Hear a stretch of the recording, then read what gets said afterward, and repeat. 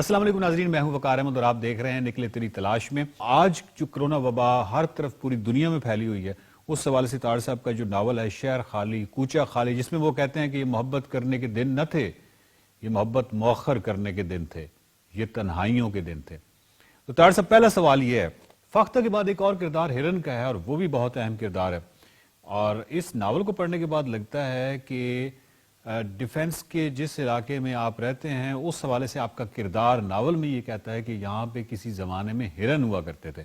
تو میرے ذہن میں ایک سوال پیدا ہوا کہ کیا یہ حقیقت ہے یا محض ناول کی فینٹیسی ہے کہ لاہور کے نواب میں ڈیفنس اور اس پورے ایریا میں کسی زمانے میں ہرن ہوا کرتے تھے؟ ہم تصور نہیں کر سکتے کہ آج سے 100 سال پہلے مثلا یہ لاہور کے واقعات گاؤں کے اور ان کے درمیان، یہ کل کی بات ہے کہ آپ جی ٹی روڈ پہ یہاں سے جب سفر کرتے تھے تو راستے میں کہیں کہیں شہر یا گاؤں پڑتے تھے، درمیان میں وسیع کھیت ہوتے تھے اور ویرانیاں ہوتی تھی۔ سادھو کی کو جانتے ہیں آپ؟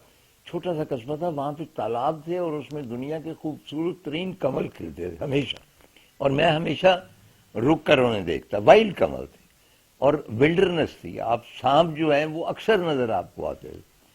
چنانچہ یہ جو میں نے بیان کیا ہرنوں کا قصہ، اس میں بالکل درست ہے کہ وہ ہرن جب اس کو ریفرنس دیتا ہے کہ تمہارے باپ نے یہاں ہرن دیتے تھے، تو میرے والد صاحب نے یہ قصہ بیان کیا تھا، انہوں نے خود اپنی آنکھوں سے، اور وہ میں اس کو ریپیٹ کرتا ہوں کہ جب ہم گلبرگ والے گھر میں شفٹ ہوئے تو وہ ایک دن بیٹھے تھے، وہ بڑھاپے میں اونگ میں ہوتا ہے نا جس طرح اب میں مسکراتا رہتا ہوں بالکل ابا جی کی طرح، تو وہ کچھ سوچ رہے تھے۔ میں نے کہا بھائی کیا سوچ رہے ہیں؟ کہنے لگے کہ یہاں کل جانور گھومتے تھے، آج ہمارا گھر یہاں پہ ہے۔ میں نے کہا جی کون سے جانور؟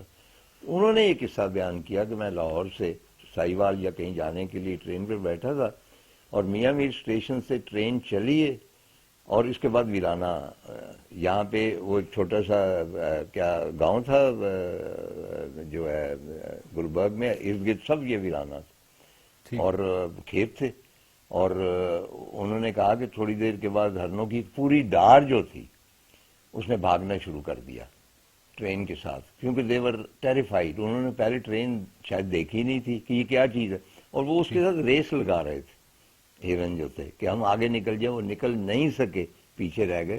ڈیفینیٹلی یہاں پہ وائلڈ لائف بہت زیادہ ہوتی ہے جو اب انسانوں نے ختم کر دی۔ طاہر صاحب، آپ نے اس ناول میں ایک غریب بچی کا ذکر کیا ہے جو کہ وبا کے دنوں کا فائدہ اٹھاتے ہوئے مخصوص وہ جو پارکس ہیں ان کے اندر جاتی ہے، وہاں پہ جھولے لیتی ہے، آپ اس کو کوئی ڈر خطرہ نہیں ہے، ہو سکتا ہے اس سے پہلے وہ ہچکچاہٹ کی وجہ سے ان پارکس میں نہ جا سکتی ہو، تو وہ اکیلی ہی جھولے لیتی پھر رہی ہے، اور ناول کا کردار کہتا ہے کہ کاش وبا کے دن طویل ہو جائیں۔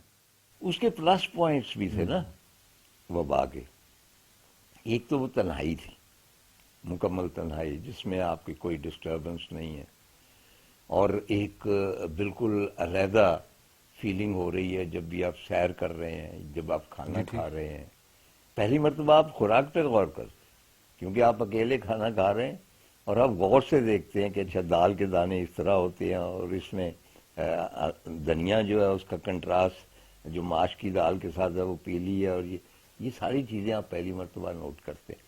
چنانچہ اس کے بہت سارے پلس پوائنٹس بھی تھے، ان میں جس طرح کہ میں نے کہا کہ وہ بچی واقعی کیونکہ ویسے تو اس کو اندر کوئی جانے نہیں دیتا ہوگا نا، وہ پورے باغ میں کھیل رہی تھی، 2-3 دن میں نے دیکھا اور میں نے اس کو ڈسٹرب نہیں کیا کہیں یہ خوف زدہ نہ ہو جائے۔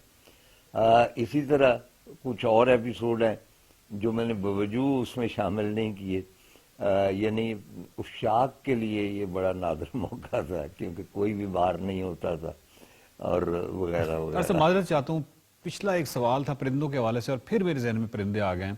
آپ کی جو تحقیق ہے پرندوں کے حوالے سے وہ آپ کی تخلیقی کاوشوں میں جا بجا نظر آتی ہے۔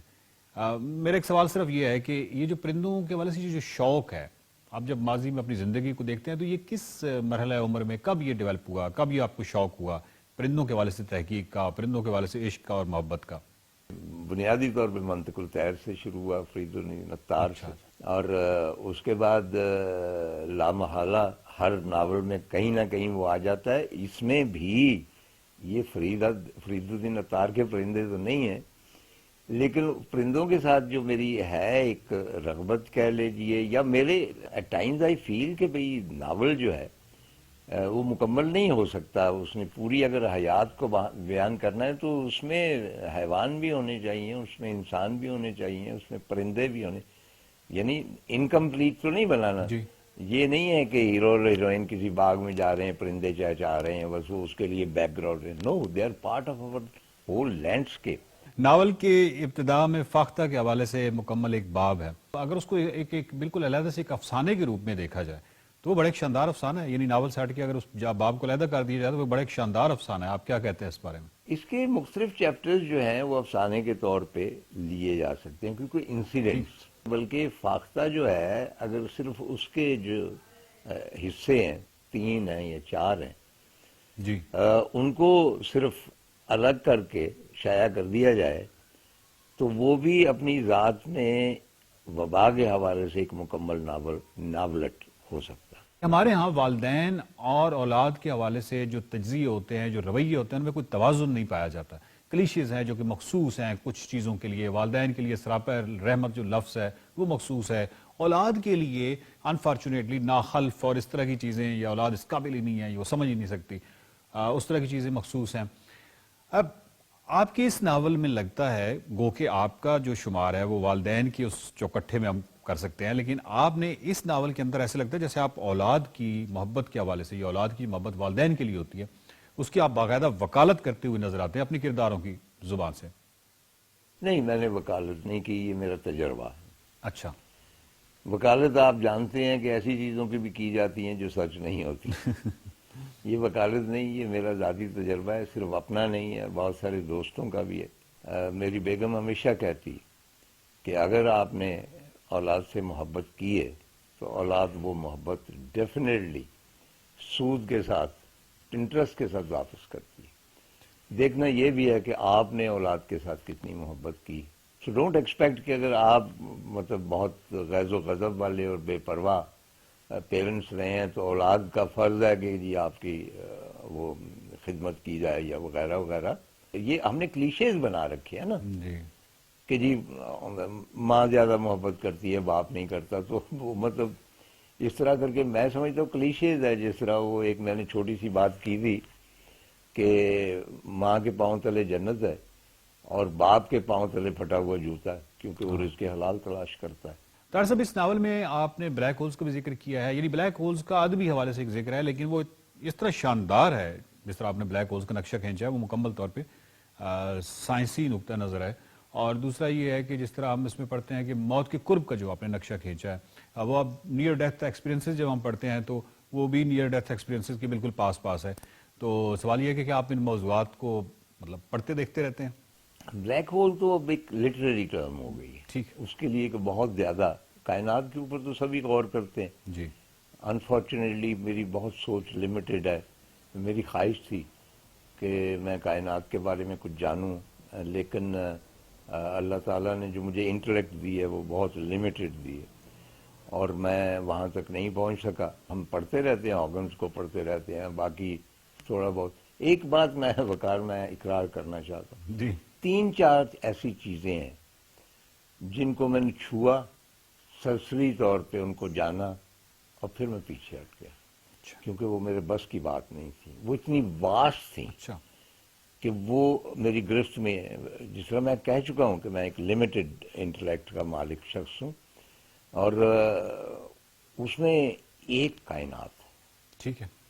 جب آپ کائنات کے بارے میں سوچتے ہیں تو اس کی جو پاسبلٹیز چلتی ہیں کہ ایک ایسا ستارہ ہے جو جس کی روشنی اب پہنچی ہے، جو وہ کریٹ ہوا تھا، وہ سارا کچھ ایک بندے کو مطلب پاگل کر دینے کے لیے کافی. تو میں اس کے گیا نہیں ہوں نزدیک، اس کی تفصیل میں نہیں گیا. دوسرا مذہب کے بارے میں. مذہب اتنا وسیع فیلڈ ہے کہ اس کے اوپر نہ تو آپ یہ کہہ سکتے ہیں کہ ہمیں اس کے اوپر مکمل ایک دسترس حاصل ہے، ہم اس کی روح کو جانتے ہیں. بہت بڑے بڑے جو ولی اللہ ہیں وہ بھی ساری عمر اسی تگ و دو میں رہے نا جی. کہ اس کی روح کے اندر تک پہنچ سکیں. تو ہماری تو کوئی بساط ہی نہیں. تیسری چیز جو ہے وہ میوزک، کیونکہ میوزک میں بھی جو ہے جس طرح وہ تو لائٹلی کہہ دیتے ہیں، ہر ایک کہتا ہے جی کہ یہ ایک سمندر ہے، تو وہ سمندر سے بھی بڑھ کے ہے، وہ ایک کائنات ہے. تو وہاں بھی میں اتنی تفصیل میں نہیں گیا، مطلب کلاسیکل کی، ٹھیک. وہ چاہے مغربی ہو، چاہے یہاں کی ہو یا چائنیز ہو، اس کو حل اٹھایا اس کو، لیکن اس کی ڈیٹیل میں نہیں گیا. طاہر صاحب، یہ جو ناول ہے شہر خالی کوچہ خالی، کیونکہ کرونا کے پس منظر میں لکھا گیا ہے اور آج کل کرونا کا معاملہ چل رہا ہے. پہلی جب ویو آئی تھی یعنی جون جولائی میں جب اس کی پیک تھی، تو اس وقت ہم نے دیکھا کہ ہم سب پینک تھے اور لوگ بہت زیادہ احتیاط کر رہے تھے. اس احتیاط کا ہی شاید یہ نتیجہ تھا کہ یہاں پہ نقصان کم ہوا. لیکن اب رویوں میں ایک تبدیلی آ گئی اور شاید سیکنڈ ویو اس لیے زیادہ نقصان دہ ثابت ہوتی ہے کیونکہ شاید رویے ہمارے چینج ہو جاتے ہیں. ہم اس طرح خوفزدہ نہیں ہوتے یا اس طرح ڈر نہیں رہے ہوتے، اس طرح احتیاط نہیں کر رہے ہوتے جو کہ ہمیں اس وقت نظر آ رہا ہے. آپ کیا کہنا چاہیں گے کہ مطلب کم از کم اس حوالے سے جو کرونا کے حوالے سے ہم اس کو سنجیدہ کیوں نہیں لے رہے، یہ جو سیکنڈ ویو ہے؟ میں نے اصل قوم ہم کسی بھی چیز کو سیریسلی نہیں لیتے، اور جب تک کہ سر پہ نہ آن پڑے.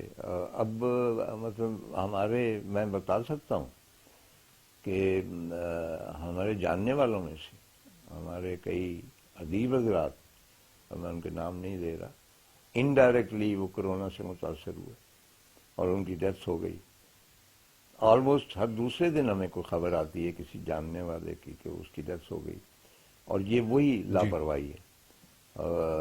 میں کوئی پولیٹیکل سٹیٹمنٹ نہیں دے رہا، لیکن یہ ہے کہ جس طرح جلسے جلوس ہو رہے ہیں دونوں جانب سے کہہ لیں، مطلب اس سے زیادہ مطلب ایک چیلنج کرنا ہے نا کہ اللہ تعالیٰ کی طرف سے ایک بلا نازل ہے اور آپ اس کی پرواہ نہیں کرتے. تو ہمیں کرنی تو چاہیے، اپنے لیے نہ صحیح، اگر خدا نخواستہ مجھے ہو جاتا ہے تو 10 بندے اور بھی تو اس سے افیکٹ ہوتے ہیں، تو ان کے لیے ہمیں کرنا چاہیے، اپنے بچوں کے لیے کرنا.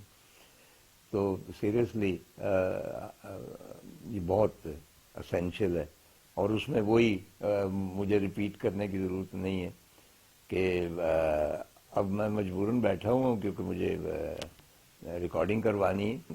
میں تقریباً ہمہ وقت پہنے رکھتا ہوں ماسک، اب صرف ریکارڈنگ کے لیے اتارا ہے. میرا خیال اب میں پہن کے بیٹھ جاؤں، انٹرویو ختم ہو گیا. ہاں تو پھر میں اس کو پہن لیتا ہوں. بہت شکریہ. طاہر صاحب کا ناول شہر خالی کوچہ خالی ضرور پڑھیے گا، اور وبا کے حوالے سے بہت سارا لٹریچر ہے وہ بھی یقیناً ضرور پڑھیے گا.